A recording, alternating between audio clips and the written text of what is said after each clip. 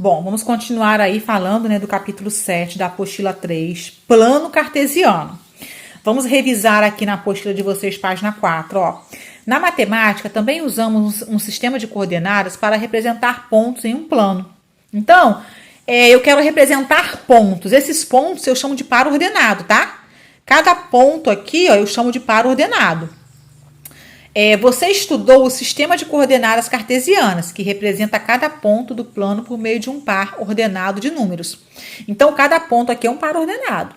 Cada um desses números indica a projeção desse ponto em relação a dois eixos perpendiculares. Então, eu tenho aqui um eixo que eu vou chamar de eixo X, tá? Esse eixo, eu chamo ele também de eixo das abscissas, é o eixo X. E o eixo das ordenadas, o eixo Y, ó, eixo das ordenadas. Então, o que eu tenho aqui? Eu tenho um sistema de coordenadas cartesianas, um plano cartesiano. E nesse plano cartesiano, eu vou me coordenar para eu formar aqui, ó, meus pares ordenados. O que eu vou ter nesses pares ordenados? Nesses pares ordenados, eu vou ter, ó, um númerozinho lá que eu pego lá no eixo X e um númerozinho que eu pego lá no eixo Y, para eu estar formando aí esses pontos, tá? Então, eu vou pegar um número na abscissa, que é aqui, ó, o eixo X, abscissa, tá? E na minha ordenada, que é o eixo Y. E aí eu vou estar montando. Olha o ponto A. O ponto A, eu peguei, ó, o número 3 do eixo X, das abscissas. O número 3 eu chamo ele de abscissa. E peguei o 3 aqui também no eixo Y. É minha ordenada. Então, olha aqui, ó, eu preciso de uma abscissa e de uma ordenada para eu montar o ponto A. Olha o ponto B. Abscissa menos 3, ordenada menos 1, positivo. Tá? Olha como ficou o ponto. Olha o ponto C. A abscissa menos 2 e a ordenada menos 3. Então, ó, na figura acima estão representados os pontos A, B e C. No ponto A tem coordenada x igual a 3 e coordenada y igual a 3. Assim, esse ponto representado por A, 3 e 3. Por que a gente fala que o número 3 ele é uma coordenada? Porque nós vamos nos coordenar, ó. Nós vamos nos movimentar aqui dessa forma, ó. O 3 está aqui, então eu vou vir nessa direção, vou sair desse 3 aqui, eu estou me coordenando até montar o ponto A, tá? Esse 3 aqui, eu chamo ele de abscissa, porque ele pertence ao eixo X, ao eixo das abscissas. E esse 3 aqui, eu chamo ele de ordenada, porque ele pertence ao eixo Y, o eixo das ordenadas. Todos os pontos que ficam aqui, ó, tá? Onde a gente pega uma abscissa positiva e uma ordenada positiva, a gente vai chamar que é do primeiro quadrante. Os pares ordenados do segundo quadrante, a gente vai pegar uma abscissa negativa e uma ordenada positiva. Os pontos que ficarem no terceiro quadrante, a gente vai ter aqui, ó, esses números daqui do eixo X, as minhas abscissas vão ser negativas e as minhas ordenadas vão ser negativas também. E para pertencer ao quarto quadrante, eu vou ter aqui abscissas positivas e ordenadas negativas, tá? Isso aqui é importante saber, tá? Tá mostrando aqui vários pontos, ó. Outra coisa aqui, o ponto G e o ponto A, ele é o ponto que pertence aqui, ó, ao centro, tá? Ó, os pontos sobre o eixo X têm a segunda coordenada sempre igual a 0. Então, todos os pontos que ficam aqui em cima do eixo X, vocês estão observando que a ordenada deles é sempre 0, tá? E os pontos que ficam em cima do eixo Y, ó, os pontos sobre o eixo Y têm a primeira coordenada sempre igual a 0. Aí, o X aqui de cada ponto é sempre 0. Então, ficou em cima aqui, ó. Ficou exatamente em cima da reta Y das ordenadas, a gente vai ter o primeiro número aqui, ó, de cada par ordenado sempre 0. Agora, quando fica em cima, né, do eixo X, das abscissas, aí é o segundo número que é sempre 0. Sabemos que a origem do plano cartesiano tem coordenadas 0 e 0. Olha lá onde está o ponto A. 0 de x e 0 de y. Agora, já que estamos falando de plano cartesiano, já sabemos que esses pontos aqui são chamados de pares ordenados. Como a gente monta um ponto, não é? Que a gente vai pegar sempre uma coordenada aqui do eixo x, que a gente vai chamar de abscissa, e uma coordenada do eixo y, que a gente vai chamar de ordenada.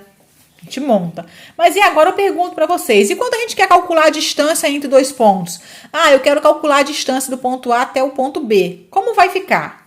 Tá? Olha outro exemplo aqui, ó. Distância do ponto E até o ponto F. Qual é essa distância? Aqui fica fácil, né? Olha só, o ponto E, ele é exatamente, ó, ele é igualzinho ao ponto C. Ele começa exatamente na mesma posição. E o ponto F finaliza aqui, ó, igualzinho ao ponto D. Então, é só eu contar. 1, 2, 3, 4, 5. Então, eu sei que a distância do ponto E até o ponto F são de 5 unidades. Aqui fica fácil.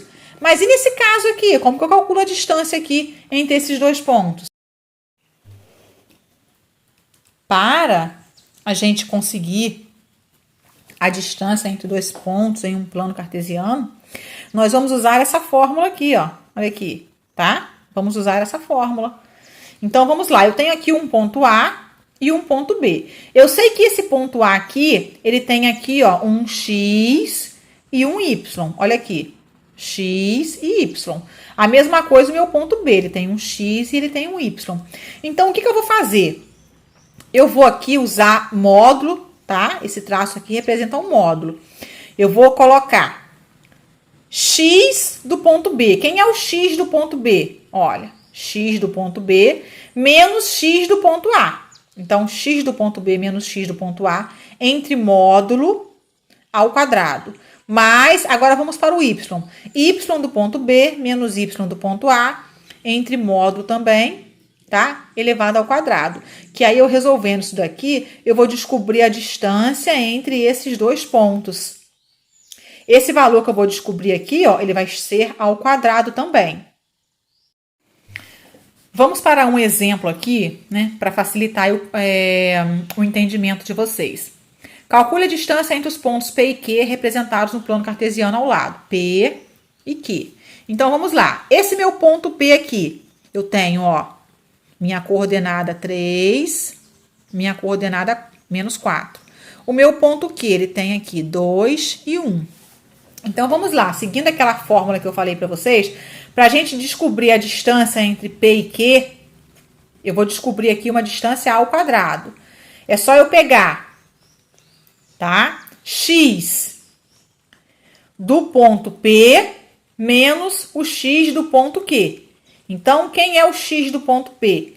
É o menos 3 menos o número 2. Tudo isso aqui é ao quadrado. Mas, agora vamos para o Y. Se eu comecei pelo ponto P, eu tenho que continuar no ponto P. Quem é o Y do ponto P? É o menos 4. Menos 4 menos... Quem é o Y do ponto Q? 1. Menos 4 menos 1. Menos 3 menos 5 vai ficar... Menos 3 menos 2 fica menos 5. Tá? Módulo de menos 5 ao quadrado. Mais... Menos 4 menos 1 vai ficar módulo de menos 5 ao quadrado também. Então, quando a gente quer calcular o módulo de um número, porque esse símbolo aqui a gente quer o módulo dele, a gente quer a distância desse número até o zero. Quando a gente fala em distância, distância é sempre um número positivo. Então, menos 5, módulo de menos 5 é 5, tá? Então, vai ficar aqui um 5 positivo. Aí, eu vou elevar ele ao quadrado, vai dar 25.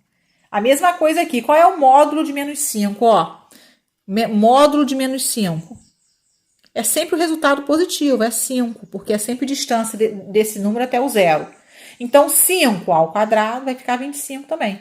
25 mais 25 vai ficar raiz de 50. Para eu tirar esse 2 daqui, tá? É só eu colocar a raiz quadrada no 50, por isso que a resposta foi essa. Esse aqui, esse resultado é a distância do ponto P ao ponto Q. Né? Uma outra questão que cai muito também, ó, calcular o perímetro e a área de um triângulo retângulo representado no plano cartesiano a seguir. Primeira coisa, o perímetro. O perímetro eu tenho que saber a distância do ponto A ao ponto B.